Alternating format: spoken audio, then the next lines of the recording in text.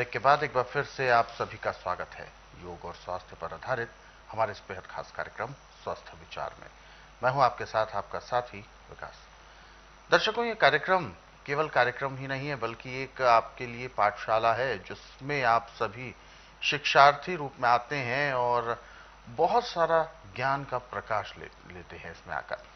यानी अपने शरीर को, अपने जीवन को रोग मुक्त रखने के लिए हमें क्या कुछ प्रयास करने चाहिए और किन लापरवाहियों से हमें दूर रहना चाहिए, उन सभी के विषय में बताया जाता है। हमारी दिनचर्या कैसी होनी चाहिए, अपने व्यस्ततम दिनचर्या में से हमें अपने शरीर के लिए जो वक्त निकालना है उसमें हमें क्या करना चाहिए, इन सभी विषयों पर गौर किया जाता है। अलग अलग रोगों के बारे में हम बताते हैं और इन चीजों के लिए हम आपको याद भी दिलाते हैं कि जब भी आप इस कार्यक्रम को देखने बैठे तो कॉपी और पेन भी साथ में लेकर नुस्खे और उपचार जो भी चीजें आपको बताई जाए लिख जरूर लिया करें ताकि आपके जहन में वो तमाम बातें उम्र भर बनी रहें और आप उनका सही समय आने पर सदुपयोग कर सकें। ऐसे ही आज के इस कड़ी में हम एक ऐसे ही विषय पर बात करेंगे जो आपके लिए बहुत महत्वपूर्ण है। तो ध्यानपूर्वक इस कार्यक्रम को देखें, सुने और उसे अपने जहन में उतारने का प्रयास अवश्य करें। गुरु जी, आज के इस अंक में हम गुर्दे को लेकर बात करेंगे। कहते हैं गुर्दे में वैसे तो बहुत सारे विकार उत्पन्न होते हैं, लेकिन कैसे पता चले कि कौन सा विकार है, क्योंकि जब गुर्दे में दर्द उठता है तो वो दर्द बहुत ज्यादा असहनीय होता है। तो वो दर्द के क्या क्या कारण होते हैं और कैसे ये शुरुआत होती है, इसकी पूरा क्रम जानेंगे। देखिए, गुर्दा हमारी छालनी है, छलनी है जी। जो हम खाते पीते हैं उसके 3 हिस्से गुर्दा करता है। एक में खून बनाता है, एक में पेशाब बनाता है और एक में जो बचा हुआ कचरा उसको पखाने के द्वारा बाहर फेंकता है।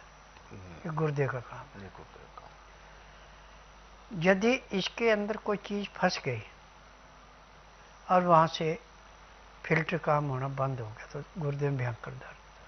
अच्छा, पत्थर नहीं होता है, पथरी, जो स्टोन की बात करते हैं। हाँ, ये सब हम खाते पीते हैं, मैदे की चीज़ें वो भी फंस जाती हैं और कोई सख्त चीज़ खा ली वो भी फंस जाती है।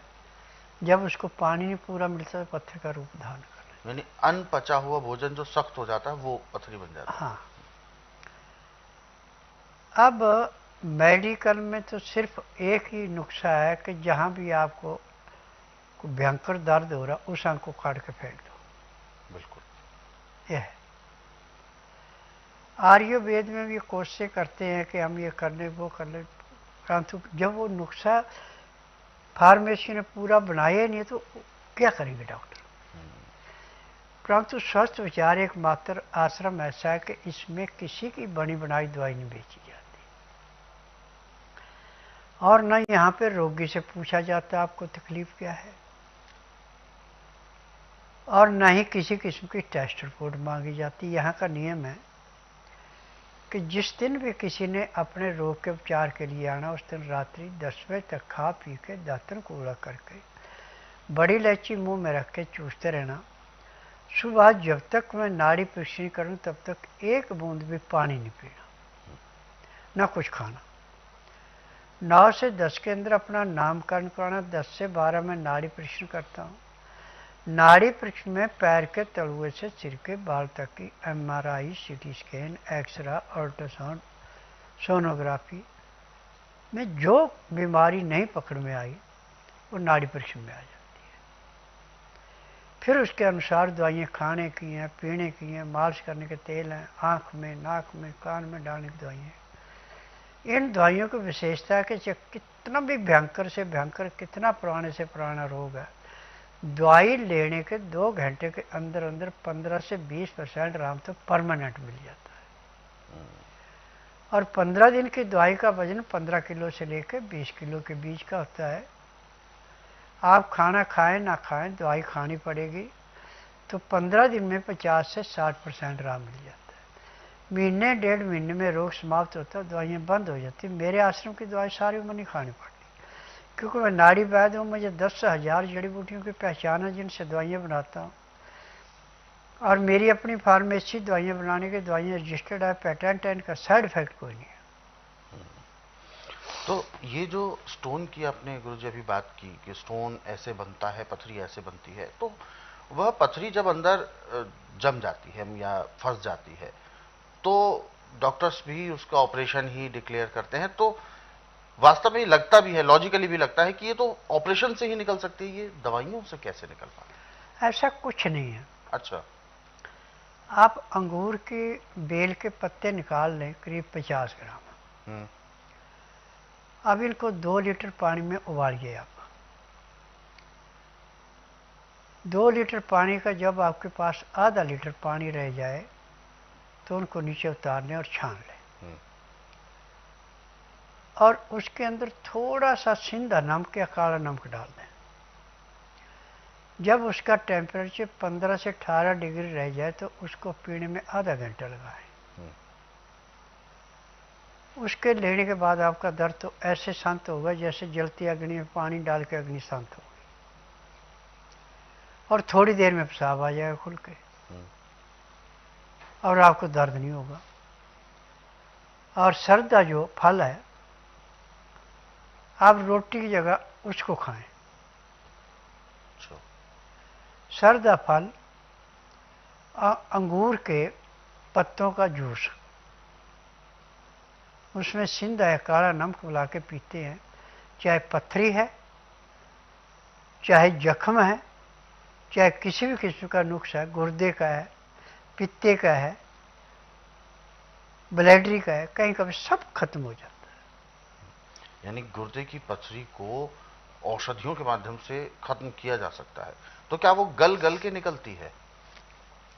जैसे बंजर जमीन में वर्षा ऋतु में नमी आने पे हरियाली छा जाती है, ऐसे जितना भी कचरा है जड़ी बूटियों से ऐसे बाहर निकलता है जैसे तेज बारिश आने पे नदियों में बाढ़ आके नदियों के किनारे साफ हो जाते, पानी निर्मल होता है। ऐसे शरीर को साफ कर दिया, कहाँ से रोग रहा? ये जड़ी बूटियों में ताकत है, केमिकलों में नहीं है। केमिकलों में क्या है? मेडिकल में 4 चीजें हैं: बिच्छू का जहर, कोबरे सांप का जहर, केमिकल और मरे हुए जानवरों का हड्डियों का चूरा। इससे सारी दवाइयां बनाई जाती। सुबह जो आप दातन करते हैं, ये भी मरे हुए जानवरों का हड्डियों का चूरा। आप खोल पे पढ़िए, उस पर लिखा है सारा कुछ। अच्छा। परंतु स्वास्थ्य विचार में सब जड़ी बूटियों से इलाज होता है। इसमें कोई केमिकल, मरे हुए जानवरों का हड्डियां चूरा या कोबरे सांप का जहर, बिच्छू का जहर बिल्कुल नहीं दिया जाता। बिल्कुल शुद्ध औषधियां होती हैं, उसी से ही होता है। एक चीज और जानना चाहूंगा, जैसा कि आप औषधियों की अक्सर बात करते हैं, स्वस्थ विचार आश्रम की औषधियों में और बाहर बाजारों में मिलने वाली औषधियों में किस तरीके का अंतर होता है जो ये इतनी जल्दी असर करती है? देखिए, ऐसा है कि फार्मेसी में जिनको लाइसेंस मिले हुए हैं जी। वो दवाइयाँ इकट्ठी कराते हैं और उनको पहचान तो है नहीं, उन्होंने लिखा भी ये दवाई है, या बोरे पे लिख के आगे फलानी दवाई फलानी, मजदूरों को दे दी, भाई इतनी ये कर लो, इतनी ये कर लो, दवाइयाँ बना दी। अब जब उसमें दवाई असली है ही नहीं तो रोग कहाँ से काटेगी? अब मुझे 10,000 जड़ी बूटियों की पहचान है जिनसे दवाइयाँ बनाता हूँ। अब जो दवाई को गलत आ जाए मैं उसी टाइम कह देता हूँ पंसारी को, भैया दवाई गलत है, इसकी ये पहचान है। अच्छा, जिन जड़ी बूटियों में कीड़ा लगा है वो जड़ी बूटियाँ काम नहीं करेंगी। अच्छा। अब मैं जो जड़ी बूटियाँ मंगाता हूँ, मैं पहले बता देता हूँ, मैं 1 महीना पहले भी फलाने दिन मुझे दवाइयाँ चाहिए और इतने तरीके से इतने तरीके के बीच में निकालनी है, इनको धो के सुखा के फिर मेरे को दो। अब उसमें वो ठीक ढंग से आई दवाइयाँ तो उसमें कीड़ा नहीं लगेगा। अच्छा। कृष्ण पक्ष में कोई भी चीज आप काट के रखते हैं तो उसमें कीड़ा नहीं लगता, शुक्ल पक्ष में काटते हैं उसमें कीड़ा लगता है।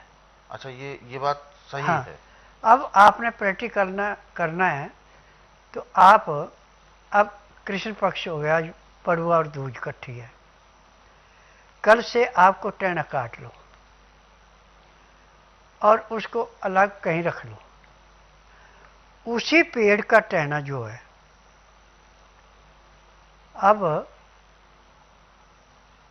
पूर्णमासी से दूसरे या तीसरे दिन काट लिया, उसको रख लिया। 1 महीने के बाद जो टहना आपने शुक्ल पक्ष में काटा उसमें कीड़ा लग जाएगा,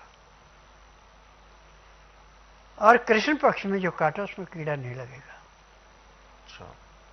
वैसे असल में तृतीया तिथि से लेके और 14 तिथि तक की दवाइयाँ निकाली जाती है कृष्ण पक्ष में। शुक्ल पक्ष में दवाई नहीं निकाली जाती, वो दवाई पूरा काम करती है। अच्छा, ये पक्ष का भी बहुत ध्यान रखना पड़ता है। देखिए, यदि आपको शास्त्र का ज्ञान है, हाँ, पंचांग का ज्ञान है, जड़ी बूटियों की पहचान है, तो जिसको बेहोशी या सांस आ रहा है तो उसको भी आप जीवित कर सकते हैं। परंतु आपको जड़ी बूटियों की पहचान नहीं है, जोस्त का ज्ञान नहीं है,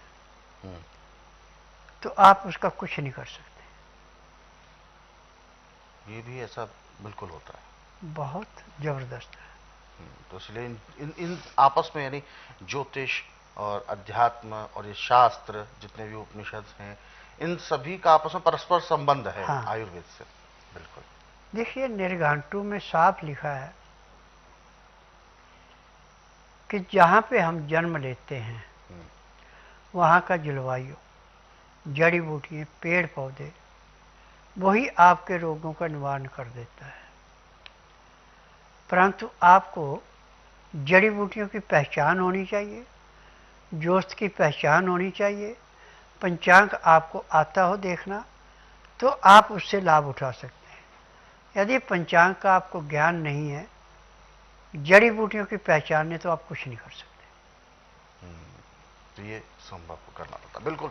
तो दर्शकों, ये जो बातें हैं ये वास्तव में हम सभी को ध्यान देने वाली हैं कि क्या कुछ हमें ध्यान रखना चाहिए, कैसे औषधियाँ तैयार होती हैं, औषधियों को निकालना होता है, उन्हें काटना होता है, फिर छानना है, पीसना है, बारीक करना है, बहुत सारी इसकी एक लंबी प्रोसेस होती है, फिर सुखाना भी है और फिर उसमें से औषधियाँ तैयार करनी है। तो ये कंपोजिशंस बनाने में बहुत समय भी लगता है और तभी रोगों पर ये सटीक वार भी करती है। तो ऐसे में जो दर्शक कार्यक्रम को देख रहे हैं या जो रोगी स्वस्थ विचार आश्रम आना चाहते हैं, तो उनके लिए नियम भी लागू होते हैं। यानी आपको खाली पेट आना है, जिस दिन भी आपको आना उस दिन बुधवार नहीं होना चाहिए। गुरुवार से लेकर मंगलवार के बीच में आप आ सकते हैं। सुबह 9 बजे आपको पहुंचना होगा, तभी आपका नाड़ी परीक्षण किया जाएगा। महिला रोगियों के लिए भी ये सभी हिदायतें मान्य हैं, लेकिन एक विशेष और हिदायत है, सूट सलवार में आए। नाड़े वाला सूट सलवार जो होता है उसी को पहन कर आएंगे, तभी नाड़ी परीक्षण किया जाएगा। बाकी आप अधिक जानकारी लेना चाहते हैं तो हेल्पलाइन नंबर्स पर आप जरूर कॉल करें, नंबर आपके टीवी स्क्रीन पर है। और दर्शकों, यदि आप इस कार्यक्रम से जुड़ना चाहते हैं, किसी भी तरह का कोई सवाल, कोई प्रश्न ऐसा है जो आपके शारीरिक कष्टों को लेकर है, तो आप हमें कॉल करें या व्हाट्सएप के जरिए मैसेज भेज सकते हैं। आगे बढ़ते हैं और जो दर्शक हमारे साथ जुड़े हुए हैं लाइन पर, आइए उनको शामिल करते हैं कार्यक्रम में। हेलो हेलो, गुरु जी से बात हो जाएगी? बिल्कुल गुरु जी, आपको सुन रहे हैं। सबसे पहले आप अपना नाम बताइए। हाँ, मैं अंजू यादव बोल रही हूँ ग्वालियर से जी। और मुझे अपने बेटे के लिए पूछना है। उसको सोराइसिस है और उसकी उम्र अभी 17 साल है और उसकी स्किन ना बिल्कुल एकदम सूखी सूखी और बिल्कुल ड्राई हो जाती है और झड़ती सी है। तो वही पूछ रही थी मैं उनसे कि उसका क्या उपचार करें या क्या घरेलू हम कर सकते हैं। देखिए, सोराइसिस होने का कारण एक नहीं, इसका अनेक कारण है। यदि आप सूती कपड़े पहनते, टेरिकॉट, टेरालिन, टेरिपूर, साटन पहनते, आपको सोराइसिस लाजमी होगा। और आयोडीन नमक का प्रयोग करते, आपको सोराइसिस लाजमी होगा। अभी आपके खान पान में चीनी का प्रयोग ज़्यादा होता है, सोराइसिस होगा। एक कारण नहीं, कई कारण है। मैं नाड़ी वैद्य हूँ, ना तो आपने मुझे बताना है कि मुझे तकलीफ़ है, ना कोई टेस्ट रिपोर्ट लानी है। आप बुधवार छोड़कर गुरुवार से लेकर मंगलवार के बीच में मेरे पास आइए। जिस दिन आना उस दिन रात्रि 10 बजे तक खा पी के दातन कूड़ा करके बड़ी इलायची मुंह में रख के चूसते रहें। सुबह जब तक मैं नाड़ी परीक्षण करूं तब तक एक बूंद भी पानी नहीं पीना, ना कुछ खाना। 9 से 10 के अंदर अपना नामकरण कराना। 10 से 12 में नाड़ी परीक्षण करूंगा। नाड़ी परीक्षण में पैर के तलुए से सिर के बाल तक की MRI, CT scan, x-ray, ultrasound, ECG, sonography सब कुछ 5 सेकंड में होगी। फिर इसके बाद दवाइयाँ खाने की हैं, पीने की हैं, मालिश करने के तेल हैं, आँख में, नाक में, कान में डालने की दवाइयाँ, दांत मंजन है, ये सब जड़ी बूटियाँ हैं। और मेरी अपनी फार्मेसी, उसमें दवाइयाँ बनती हैं, दवाइयाँ रजिस्टर्ड है, पेटेंट है, इनका साइड इफेक्ट कोई नहीं है। जिस दिन आएंगे उस दिन सोराइसिस में इसको कम से कम 20 से 25% आराम तो परमानेंट मिल जाएगा। 15 दिन में इसको 60 से 70% आराम मिलेगा। 1 महीने में सोराइसिस हमेशा के लिए समाप्त होगा, दवाइयाँ बंद हो जाएंगी। तो बिल्कुल आपकी जो समस्या है ये बिल्कुल ठीक होगी और इसके लिए आपको स्वस्थ विचार आश्रम आने की सलाह दी है। बाकी आप अधिक जानकारी लेना चाहते हैं तो हेल्पलाइन नंबर पर आप अवश्य कॉल कर सकते हैं। नंबर आप